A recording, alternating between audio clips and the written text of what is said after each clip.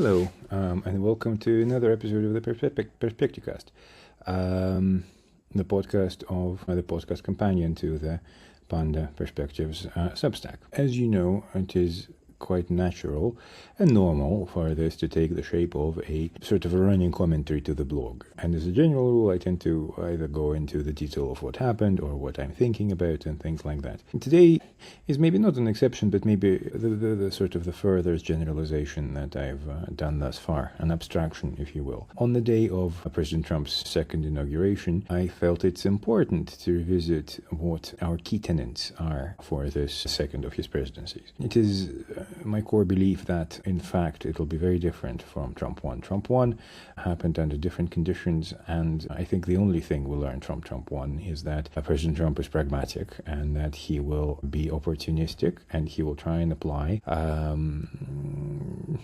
I'm going to say call it common sense, but I think he less highbrow and more sort of common man view of policy to the sort of the discourse in America, and that includes the use of things like tariffs and simpler taxing methodologies and the general view of cutting corporate taxes. That will be the leitmotif for the presidency, at least at the start of it. But I am a little bit less worried about all of this, and I'm kind of looking at the bigger picture, and I'm going to get my excuses in early and say that when talking about things like that, it immediately means it's not actionable, it's not for today. But I do feel it's like an important map, if you will, of the battlefield or potential battlefields, so that we know what to do when these things unfold, in case they do unfold the way that they could. So I've titled this internally in my sort of preparatory notes as Two Whatevers of Trump 2.0. This is referencing the very famous article in the Red Flag and People's Daily, and I think the PLA newspaper as well, after Mao died, so 1977 I want to say, the policy of two whatevers. So whatever Mao did and whatever Mao said has to be upheld no matter what. And the gentleman who followed in Mao's footsteps, his immediate successor, Hua Guofeng, he kind of was a big proponent of this policy. And exactly that is what cost him his position, because Deng Xiaoping basically said, look guys, look around you, it's not working. Let's try new stuff. And new stuff they tried, and here we are 40 some years later. And the thing about this two whatevers policy was that it seemed like it didn't have viable alternatives, and therefore it was almost the only default option, whereas in fact the alternatives were plenty. The case with the two whatevers that I'm going to talk about today is that it's the other way around. It seems like the alternative, effectively a mirror image, right? It seems like the options are plenty, but really there are two core whatevers, both in China and the US, that kind of sort of drive the resolution of the current predicament in sort of in one direction. So let's start with the US. What are the US limiting factors? And I think those are quite straightforward. It's for the first whatever is that whatever the US does is limited by the debt it has accumulated and therefore the interest on it. Already, and again, I'm not the sort of US economy guy, but you know the numbers, right? 7 trillion or so in debt servicing costs, and including the rolling, obviously, of T-bills. Obviously, it's a lot of money, right? You look at that number and you're like, okay, well, you know, they really want to cut expenditure, but most of expenditure, as we know, is not really cuttable because it's Medicare, Medicaid, so, you know, social transfers. And, you know, maybe you can cut, if the Doge is successful, it'll maybe cut a trillion here and there, and yeah, you have to grow out of this, right? Which is where the second whatever comes to this, but the only resolution to this, whatever they do, it has to include a weaker dollar and higher inflation. And those two are your pathway out. I mean, implicit in this is also higher growth, if you want to put a positive spin on it. So higher nominal growth at the very least. So real, right? I mean, no implications for real growth, at least not a whatever kind of. Could be high, could be low, depending, right? Depending on the exact mix and whatnot. But the weaker dollar and higher inflation, I think, are definite. And given that matrix, you think about how would you rather make it happen? And I think you start thinking, well, it's clear that the sort of policies that you need to pursue include greater domestic making of stuff and general sort of business starting. So it makes sense to start cutting red tape or whatever it is you want to call it, with making business starting easier, making overtures to foreign entrepreneurs and companies to come to the United States. All of these kind of make sense, and this is very much in line with President Trump is suggesting. And again, what I would say is that it's not like there is that much in the way of choice here.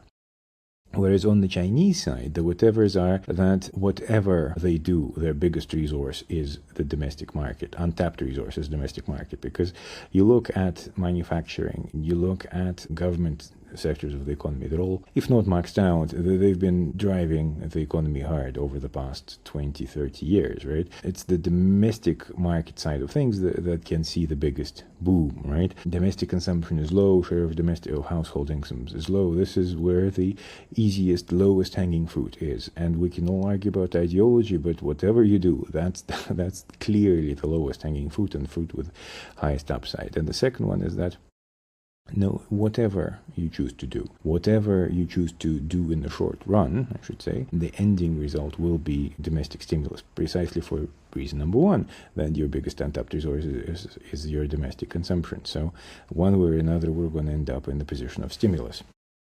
But thinking that and realizing that, what would be the best outcome? Because if you don't want to inflate the stimulus away, really, right? I mean, in fact, you want to make stimulus as impactful as possible to bring back confidence, right? Which is why I don't accept what seems to be common knowledge, quote unquote, perceived wisdom of a weaker Chinese currency. I'm a strong RMB believer. I think that we're dealing with a 6 handle, maybe even a 5 handle in a couple of years' time on the RMB. And this is the way, right? The only way that you can satisfy whatever is in the US and whatever is in China is to make sure that the dollar is weak relative to RMB. RMB is strong relative to the dollar. The fun part here is that RMB has actually been really strong against other trading currencies. So people complain, but really, if you look at the RMB JPY chart or RMB Euro chart, it's nobody can say that it's being manipulated downwards. So the end resolution of all of this is clear, right? It's Chinese consumer takes a bigger place on the world stage, whereas Americans stop selling quite as much financial assets, to use Kevin Muir's term, to the rest of the world, and instead buy a little bit less of their stuff and make a little bit more of their own stuff at home. That, for my money, is the only plausible outcome. It's just the pathway to it can be dramatically different. There are quite unpleasant paths and there are reasonably painless paths. I am a big believer, and I hope that the painless one is the one we will take. But obviously, there are no guarantees. I think a good example of a differentiated approach is this chip ban that the US has placed on China. I mean, obviously, we all know about it, and the rationale is quite straightforward. China is a baddie, and therefore, baddies should not have access to the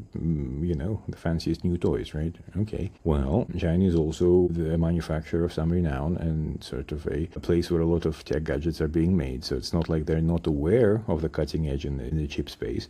And therefore, they're quite likely to catch up, right? Or maybe even take over.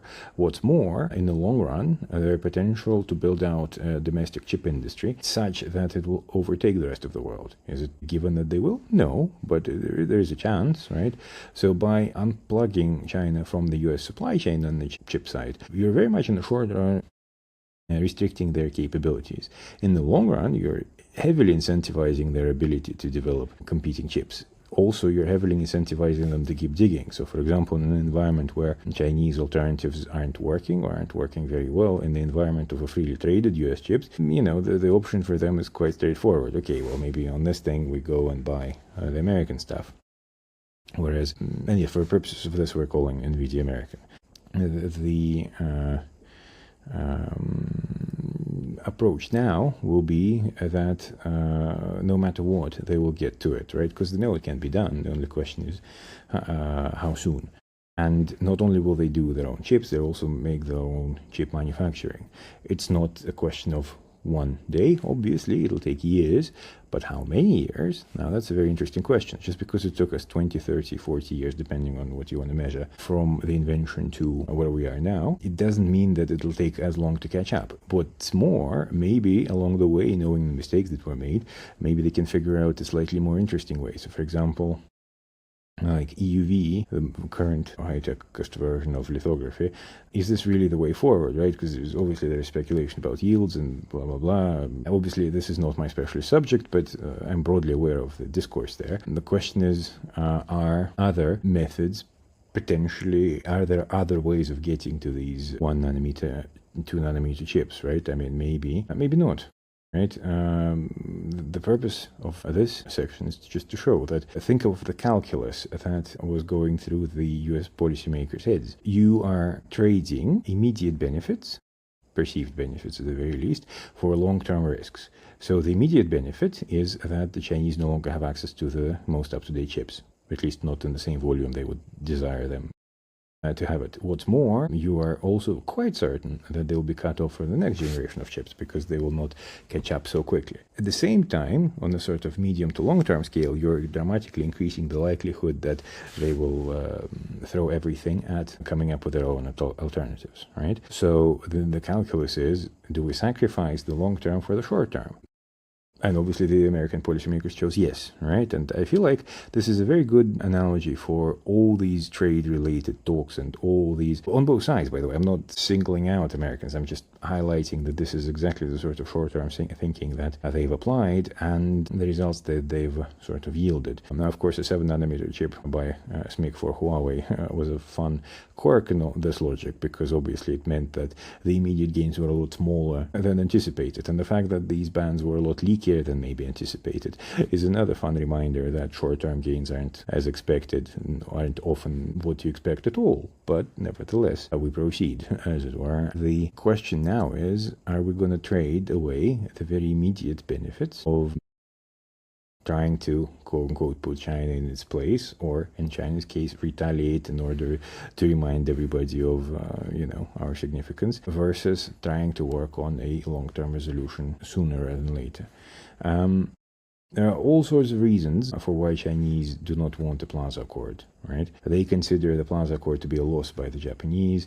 I mentioned this before, and culturally, it's a tough position to argue against, because, of course, cheaper currency is historically, if you have a mercantilist view of the world, the cheaper currency has always been perceived as an advantage. But, of course, it's not really. It's neither. It's not an advantage for the economy. It's an advantage for your exporters, right? For your importers, it's very much a disadvantage. And your importers are mostly your households, right? In the economy where households are not doing the heavy lifting, or at least not doing as much of it as elsewhere in the world, you run a real risk of making sure that your household sector never quite takes off to the same degree that it should.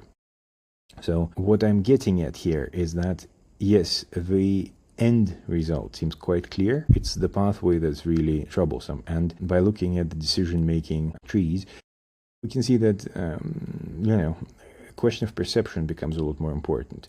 At what point and who will be able to make the grown-up decision is, obviously we don't know. But the fact that this grown-up decision is on the table on both sides is quite important. I've made a fun infographic earlier about Vice President Han. Is obviously representing China at the inauguration, and how, he is probably not the most daring appointee for this sort of voyage, but certainly he's senior enough and constructive enough to get these conversations started, which I think is excellent. I think the Trump and Xi call was actually quite important, if to get again the conversation started, and the tone of it, the nature of it. I think all of this shows me that the sides are aware of the potential benefits of doing a deal, right? And I'm optimistic that this deal can be struck. This is one of the core tenets of a long China thesis. Any long China thesis has to include at least some of it, right? There's a world where none of the whatevers happen, well, for my money, cannot exist, but also it also is not a good world for China. So my belief is, we're going to a place where we absolutely must go, and we're almost, as you draw out the decision trees, right, you end up in the same spot. So I don't believe that there is a viable alternative to that world, but our pathway, we are somewhat path dependent, to use a central banker's favorite term, but it is well worthwhile watching this. I will explore this further in the inflation piece that I am working on right now. It'll be up on the blog tomorrow night, Tuesday. That should be for everybody because I think it's quite important, and we will also craft an investment implications section to it that will always be for paying subscribers only. I will also do a review of the coal industry and Shanghua this week, at least I'll try to, because again, of all renewables, was the most important one. Yes, I know coal is not renewable, but that's the fun part, because of course the rollout of renewables is what's driving coal demand in China, and we'll get into that dynamic in our study. It's exciting stuff, and these things really do represent a bit of an opportunity if things continue as they are, and if we genuinely do sort of pursue the less confrontational and more collaborative pathway of the ones described. So I'm very keen to see how it all pans out, and obviously we'll keep our finger on the pulse and talk to you either through the blog or through the podcast in the very near future. Have a good week. Bye.